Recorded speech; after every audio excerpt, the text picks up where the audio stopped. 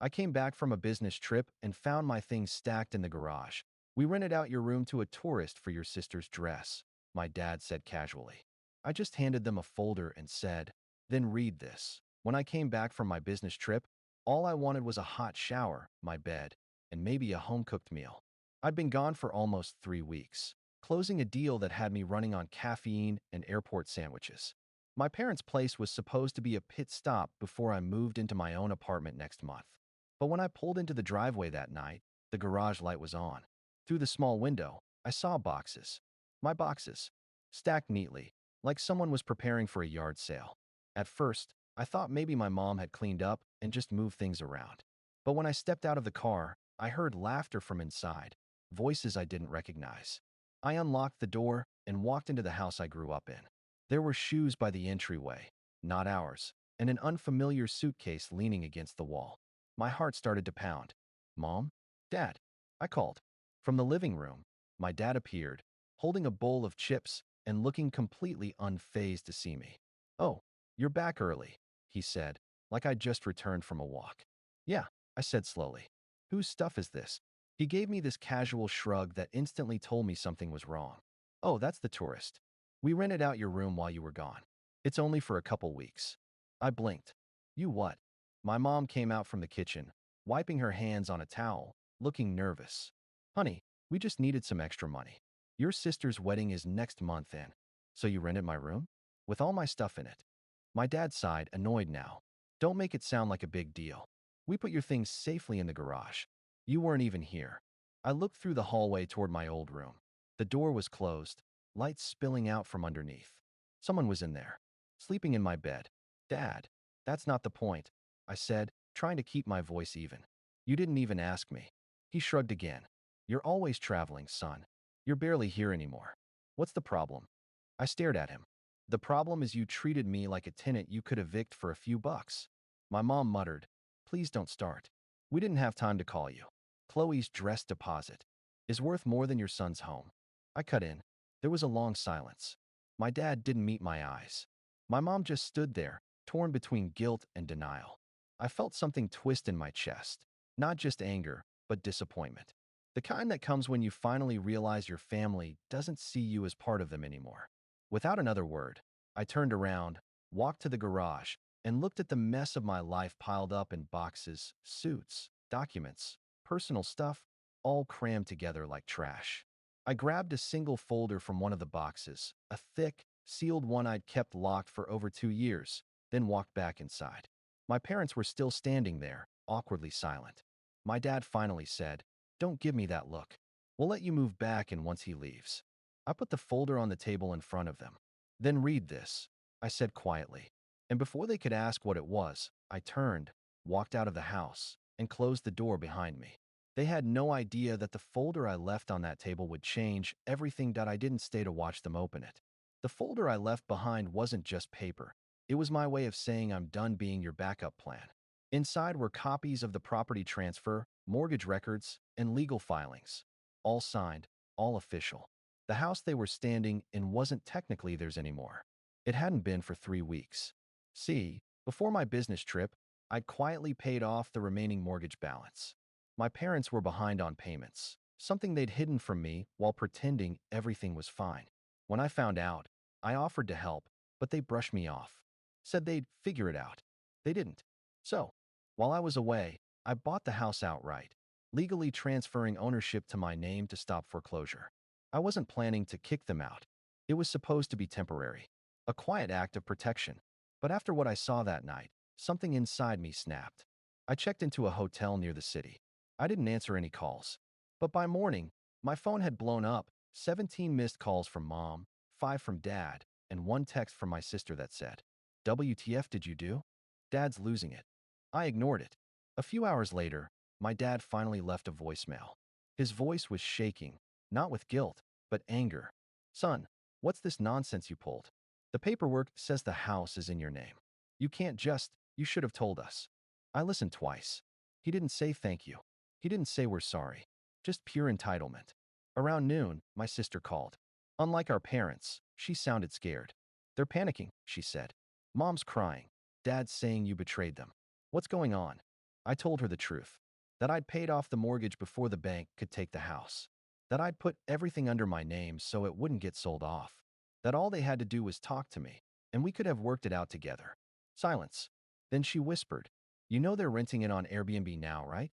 That's how they paid for my dress." Yeah, I'd figured. I told her they could stay, but the rentals stop immediately, and my belongings go back where they belong. She said she'd try to talk to them. That night, I drove back. My plan wasn't to yell or to demand anything. I just wanted closure. The tourist was gone, apparently checked out early after some family emergency. The living room was spotless, like nothing had happened. My parents sat at the kitchen table, that same folder open between them. My mom's eyes were red, and my dad's expression was that same mix of pride and defensiveness he always wore when he knew he'd screwed up but refused to admit it.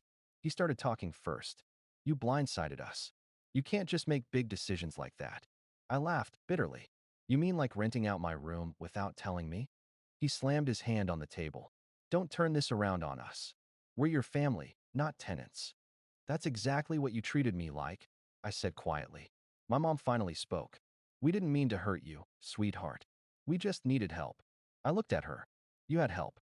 You just didn't want it to come from me because it made you feel small." That hit harder than I expected, for all of us. Dad rubbed his temples. "So what now? You gonna evict your parents?" I shook my head.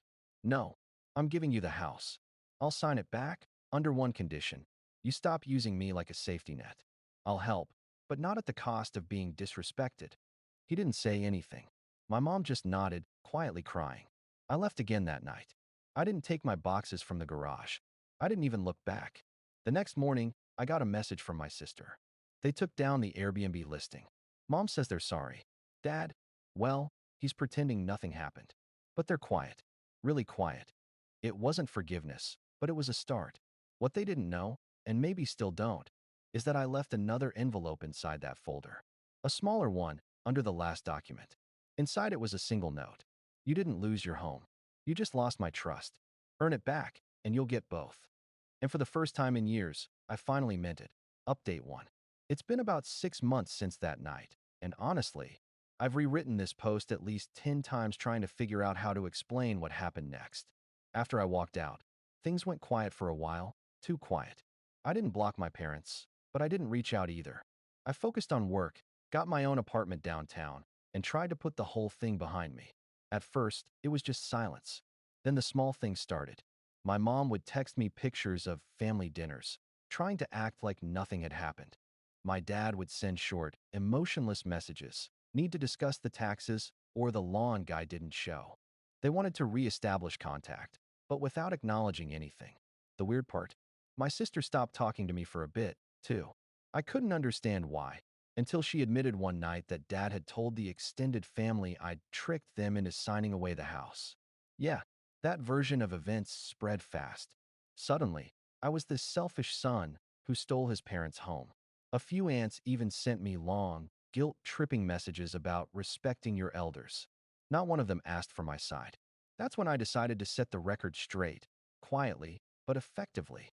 I invited my sister over, cooked dinner, and showed her the documents, the mortgage payments, the foreclosure notice I'd intercepted, and the transfer paperwork. I explained everything. Every dollar, every signature, every reason. She didn't say a word for a long time. Then she whispered, "They didn't tell anyone that part." No, of course they hadn't. The next week, she confronted them. She told me later that it didn't go well. Dad exploded, accused her of betraying the family, and Mom just cried. But she also said something else. For the first time, they actually looked scared, like they realized how far they'd pushed you. A week later, I got a call from my mom. Her voice was shaking. "I read your note," she said quietly. "You were right. We didn't lose our home. We lost you."